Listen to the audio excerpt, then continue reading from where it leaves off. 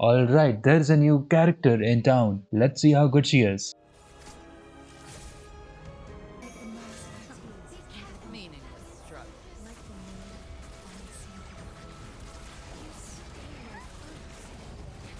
Not bad, I must say. Keep it up. Okay, 18 seconds. I'm pretty sure I was not getting buffs for half of the time, so we're gonna try that again. Okay, come on. Use your buffs, dude. Meaningless. I'm gonna wait this time. Alright, there you go.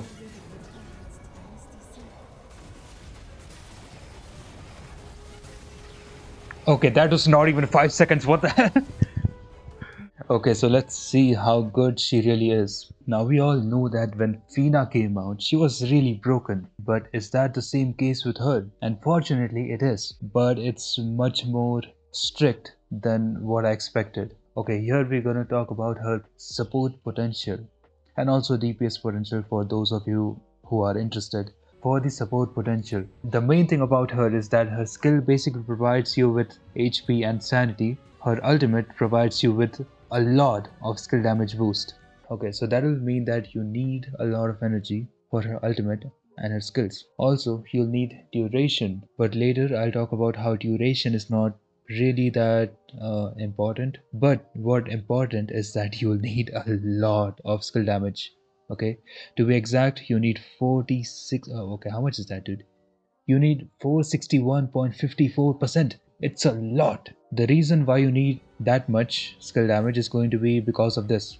Okay, at level 8, whenever she uses her ultimate, she basically converts 26% of this character's skill damage and converts it into skill damage boost that she'll give to her teammates. The max amount you can have is 120% skill damage boost. So if you want to reach the max, you'll have to have 461% skill damage. As you saw, my Fushu has only 258%. Okay, if I did have 461, then my clear would be even more impressive. This sounds like a lot, but keep in mind that you already get 128% skill damage, for me at least. Because so if you're someone like me who's saving on your crystals or whatever they're called, then you'll have 8% from this node and you will have 20% from your weapon. So that will be your 128%, and you need to reach 462.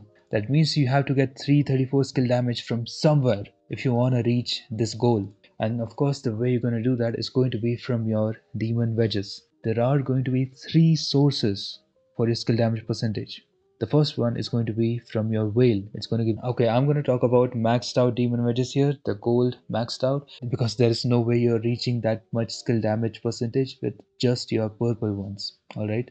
Okay, so maxed out demon wedges, the whale is going to give you 55%, the volition is going to give you 44, griffin is gonna give you 33%. And the build that I think, okay, for now at least, for the first impressions, the build that I think she's going to be using is probably going to be this one. It's probably going to be this. Now, on the first glance itself, you'll be seeing that there are a lot of volitions, right? It looks very weird to know that you have to use these many volitions, and even if you're using this build, you're still getting around 308 percentage from your demon wedges, and you need to reach around 334. All right, so you can just increase this by unlocking the last node of your middle tree, or you can just smelt your weapon. Then you will be able to reach 334.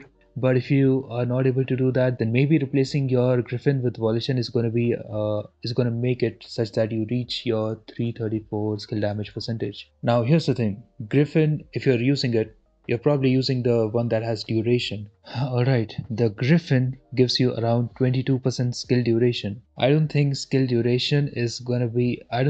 22% skill duration is gonna be a lot. So replacing this with another volition is gonna make your skill damage percentage even higher, and also you will lose 22% skill duration, but 22% skill duration adds like 3 or 4 seconds, and that's pretty much it. So I would probably just replace this with another volition if I'm having trouble to meet my skill damage percentage goal. And if I do replace it, I'm gonna have around 319% skill damage.